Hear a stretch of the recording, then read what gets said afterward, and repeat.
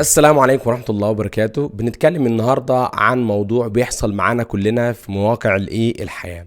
مين فينا سيارته ما بتعطلش معاه على الطريق في اي مكان؟ لو انا النهاردة سيارتي عطلت مني على الطريق، وحابب اقول لاي حد كده من زمايلي انا سيارتي عطلت، اوكي، هقولها له ازاي بالانجلش؟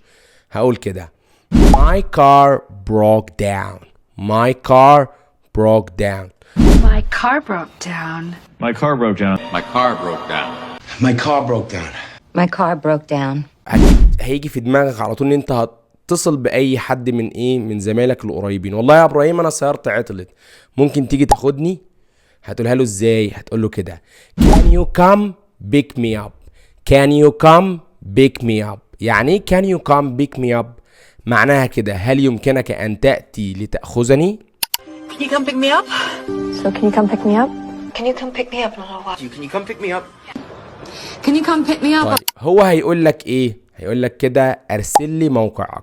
طبعا كلنا هيجي في دماغنا ان احنا نقول كده: Can you send me your location؟ لا، هم ما بيقولوش الجملة دي، بيقولوا كده: Can you drop a pen please?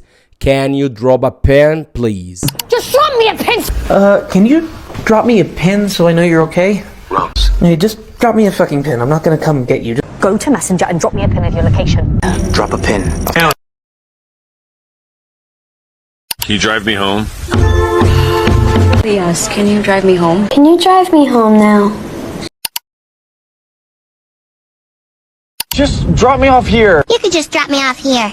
Hey, just drop me off here.